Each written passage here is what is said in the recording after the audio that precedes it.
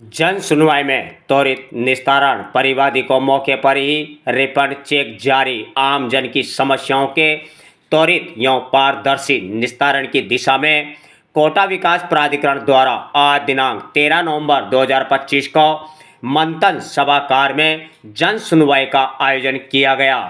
जन सुनवाई की अध्यक्षता आयुक्त श्रीमान ममता तिवारी द्वारा की गई। इस दौरान कुल 41 प्रकरण प्राप्त हुए, जिनमें रिफंड, अतिक्रमण, पट्टे, पुनर्वास, प्रधानमंत्री आवास योजना एवं कॉलोनियों में मूलभूत सुविधाओं के विकास से संबंधित विशेष शामिल रहे। जन सुनवाई के दौरान एक परिवादी द्वारा एक मुश्त लीज राशि ऑनलाइन जमा कराने के प्रयास में तकनीकी कारणों से ट्रांजैक्शन असफल होने पर आयुक्त महोदया के निर्देशन पर मौके पर ही रिफंड राशि का चेक जारी कर राहत प्रदान की गई। इस क्रम में राजकीय आयुर्वेदिक वैद्य दाऊदयाल जोशी, राजकीय जिला आयुर्वेदिक अस्पताल तलवंडी की दीवार की मरम्मत एवं विकास कार्यों हेतु आवेदन प्रस्तुत किया गया, जिस पर 48 लाख की वित्तीय एवं प्रशासनिक स्वीकृति मौके पर ही जारी की गई।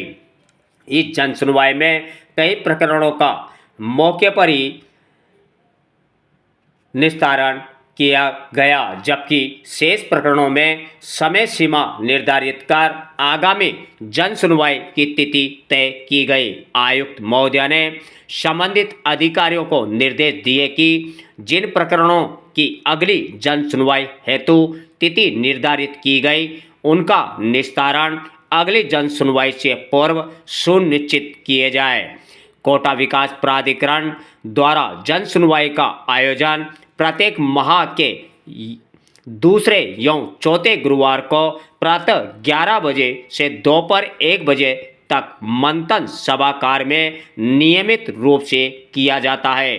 आम जन से अनुरोध है कि वे नियत दिवस एवं समय पर उपस्थित होकर अपनी समस्याएं प्रस्तुत करें। जन सुनवाई के दौरान प्राधिकरण के सचिव श्रीमान मुकेश चौधरी, उपायुक्त श्रीमती मालविका त्यागी, उपायुक्त श्री हर्षित वर्मा, सभी निदेशक गण, तहसीलदार एवं अन्य संबंधित अधिकारी उपस्थित रहे।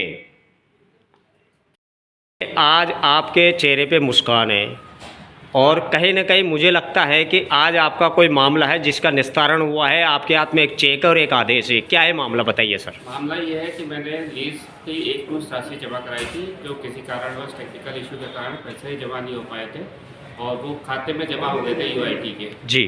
तो बाद में कई बार कोशिश करने के बाद, जन सुनवाई के बाद, ये मामला आज ही इसको निस्तारण कर दिया गया। इसके बाद की मुझे बहुत खुशी है और मैं सभी यूआईटी कर्मियों का बहुत बहुत धन्यवाद देता हूं। कितने का चेक दिया गया आपको? 1,16,930 का चेक दिया गया। आज केडीए जो आज श्रीमान आयुक्त साहब द्वारा जो आपका जो निस्तारण किया गया, उसको लेकर क्या कहेंगे, किस तरह धन्यवाद? बहुत खुश हूँ इस मामले में कि आज जैसे ही मैडम ने अपना पदभार संभाला, उसके तुरंत बाद ही उन्होंने एक बहुत अच्छा कार्य किया है। मैं उनको बहुत बहुत तहे दिल से शुक्रिया अदा करता हूँ। आपका नाम बताइए। मैं अमित श्रीवास्तव हूँ। कहाँ से हैं आप? मैं कोटा थर्मल में काम करता हूँ जी, और कोटा में ही रहता हूँ। जी सर, बताइए, आज ये जन सुनवाई है और काफ़ी बीच में बंद भी हो गई थी, वापिस जन सुनवाई केडीए द्वारा जारी की। आज कितने तो प्रकरण आए और कितनों का क्या निस्तारण हुआ सर? ये जन सुनवाई जो है वो बीच में शहरी सेवा शिविर हमारे कैंप लग रहे थे, उसके कारण एक बार स्थगित की गई थी क्योंकि कैंप में अलग काम होता है।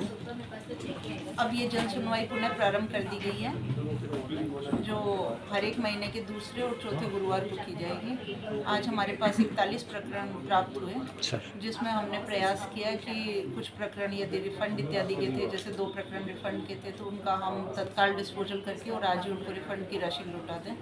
उनको स्वीकृति पत्र हमने दे दिए और बाकी जो कुछ प्रकरण जिनमें समय लगने की संभावना है, उनमें हमने उनको निश्चित समय दिया है। उस समय तक हम उनको एग्जामिन करवाकर यदि संभव हुआ तो उनमें सकारात्मक कार्रवाई हमारे द्वारा कर दी जाएगी, पर टाइमलाइन के अकॉर्डिंग हम इस पर कार्रवाई करेंगे। और भी कुछ प्रकरण ऐसे थे जिनको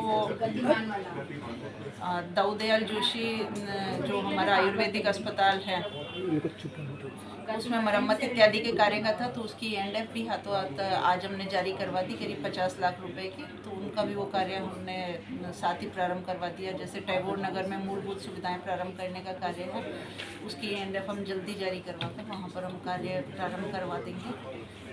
इस प्रकार के कुछ कार्य थे जो कि हमने तत्काल उनकी समस्याओं का समाधान करने का प्रयास किया। सर, लोगों की एक बड़ी शिकायत है कि 19 अप्रैल 1961 को कोटा नगर विकास अस्तित्व में आया था।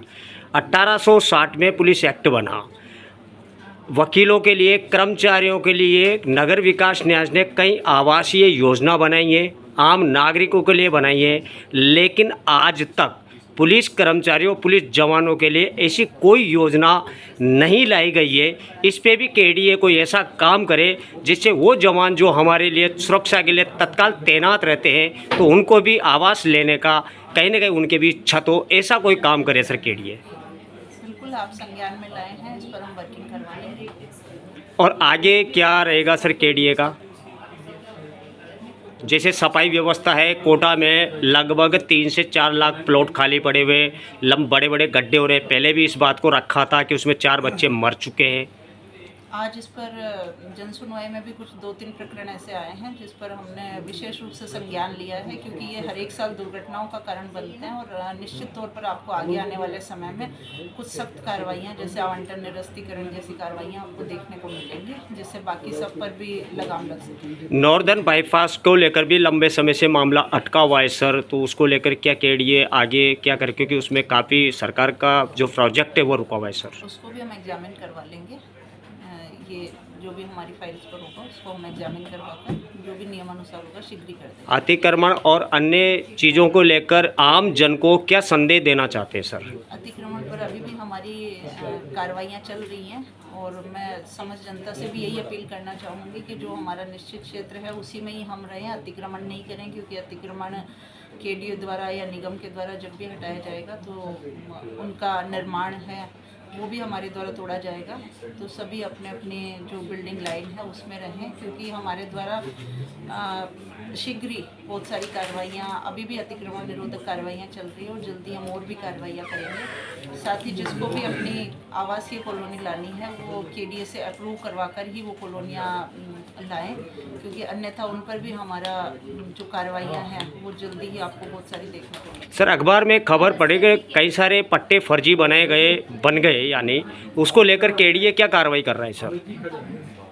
उस पर पुलिस में आप बताएं। फर्जी पट्टों पे जैसा आपने देखा होगा, हमने जो कर्मचारियों की मिलीभगत सामने आती है तो उनको हम बाहर भी निकाल रहे हैं, और बाकी जो अनाधिकृत लोगों का प्रवेश है उसके लिए हम जल्दी ही यहाँ प्रत्येक हमारा जो सेक्शन है उसमें सीसीटीवी कवरेज करवाएंगे, और ऐसे लोगों को हम खुद भी हमारी तरफ से धरपकड़ करके अभियान चला के इन लोगों को इनके खिलाफ FIR दर्ज करवाएंगे। जैसा 3-4 लोग इसमें अरेस्ट भी हुए हैं जिन्होंने अधिकारियों के नाम की फर्जी मोहरें ये बना रखी थी, तो इन लोगों के खिलाफ सख्ती से कार्रवाई करेंगे और भविष्य में ऐसा नहीं हो ये इंश्योर करेंगे। धन्यवाद।